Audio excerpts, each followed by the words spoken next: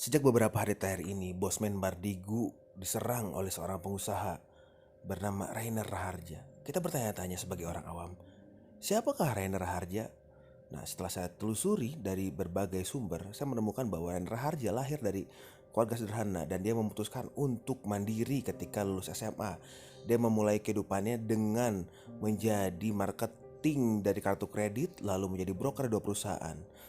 Gajinya sudah mencapai 25 juta di usia yang masih muda waktu itu. Tapi dia sadar ketika ingin menjadi orang sukses, dia harus menjadi seorang pengusaha. Akhirnya dia berani meninggalkan zona nyaman, lalu dia memulai bisnis cireng. Cireng isi dari mulai satu gerobak yang omset 800 ribu sampai sejuta, sampai dengan dia mempunyai 20 gerobak. Wow. Setelah mempunyai 20 gerobak, dia memanjangkan bisnisnya dengan membuat restoran Jepang di daerah Jakarta. Lalu setelah itu dia memperlebar bisnisnya dengan membuat produk-produk ekspor dari Cina untuk dijual di Indonesia. Berbagai macam produk dari mulai fashion, produk digital dan lain-lain. Sampai akhirnya ada satu produk yang sangat laku di pasaran Indonesia, yaitu tongsis. Populernya orang-orang Indonesia untuk selfie dimanfaatkan oleh Rainer untuk menjual tongsis sebanyak-banyaknya. Yaps, 250 juta sebulan dia dapatkan di usia yang masih muda ketika dia berbisnis barang-barang Cina. Tapi tidak berhenti sampai di situ. Rainer terus ingin mengembangkan bisnisnya. Akhirnya dia membuat bisnis blockchain di tahun 2009, yaitu dengan membuat blockchain bernama Tokoin yang katanya bisa membantu UMKM. Di sini dia berinvestasi besar untuk membuat satu perusahaan blockchain yang sangat prospektif untuk masa depan. Di bidang sosial, dia ingin membantu sekali UKM-UKM yang belum berkembang untuk berkembang. Makanya dia membuat semacam yayasan yang non-profit katanya untuk pengusaha-pengusaha baru supaya dia mendapatkan ilmu yang baik agar menjadi pengusaha yang sukses.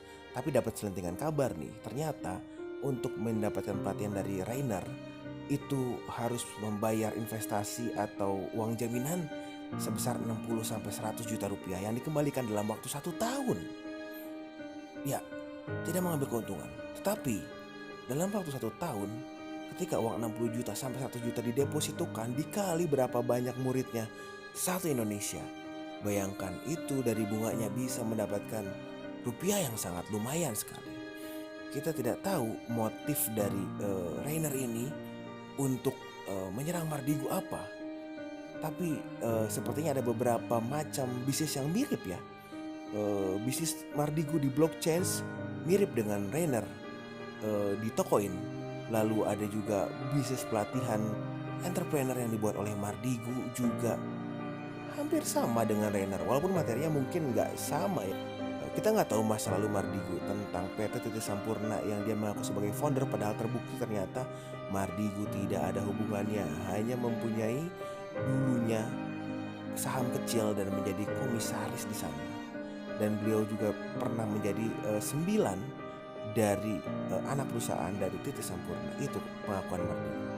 Tapi kita tidak pernah tahu apa yang sebenarnya terjadi. Makanya saya sedang menyelidiki apa sih motif Rainer untuk mengulik dan membongkar masa lalu Mardigu Bosman. Apakah karena bagian dari politik, karena Mardigu sedang gencar-gencarnya untuk memberi masukan dan kritik kepada pemerintah, atau memang masalah bisnis? Karena mungkin bisnisnya mirip, walaupun Rainer berkata bahwa bisnis saya dengan Mardigu itu berbeda, seperti Sushi Tei dan KFC. Ya, tapi kan orang yang udah makan Sushi Tei mungkin gak akan makan KFC juga gitu kan. Jadi kita gak pernah tahu motifnya seperti apa. Kita bakal lihat kelanjutannya. Kebetulan saya berhasil mewawancari Rainer via DM Instagram. Setelah video ini saya akan membagikan hasil diskusi saya dengan Rainer. Saya akan berusaha untuk menjadi orang yang objektif yang berada di tengah untuk menengahi kasus ini. Saya ingin tahu Mardigu bagaimana Bosman menjawab dari segala masa lalunya yang dulu dibongkar oleh Rainer.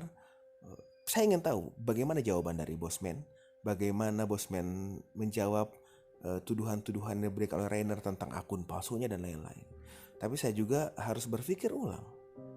Kenapa seorang Rainer Raharja yang mungkin berbeda pendapat atau persaingan bisnis, tapi yang diserang adalah pribadi dari Bosman tentang akun Instagramnya yang ternyata beli dari orang lain, atau tentang masa lalunya di PT Titik Sampurna. Kita tidak pernah tahu motif sebenarnya apa yang terjadi. Apakah ini kepentingan atau murni karena ketidaksukaan. Kita akan terus mengawal kasus ini supaya kita tahu apakah yang sebenarnya terjadi. Karena pada saat ini Mardigu sedang menjadi hot topic di Indonesia, apalagi setelah menjadi bintang tamu dari podcastnya Om Deddy Corbuzier dan juga Helmi Yahya, dan banyak orang-orang yang baru menjadi fans Mardigu karena pemikiran geopolitiknya. Jujur, saya melihat pemikiran geopolitiknya sangat bagus, sangat cerdas, sangat mencerahkan bagi rakyat Indonesia yang mungkin selama ini buta dan dibodohi oleh pemerintah dengan kebijakan-kebijakan yang tidak pernah tahu gitu. Tapi terlepas dari itu, saya respect kepada Mardigu. Saya pun respect kepada Ko Rainer dengan bisnisnya. Jadi semoga kasus ini cepat selesai dan semoga mereka berdua bisa berdamai dan bisa mungkin bekerja sama. Kalau saling kenal gitu, kita tidak pernah tahu ke depannya seperti apa. Semoga saja yang baik terjadi. Sukses terus untuk Ko Rainer dan sukses terus untuk Bosman Mardigu. Tetap kritis ya Bosman. Setelah ini saya akan membagikan hasil diskusi saya melalui DM Instagram dengan Ko Rainer Raharja. Apa motif dia menyerang Bosman? Jangan lupa subscribe, like, dan komen untuk dapat info terbaru dari kami.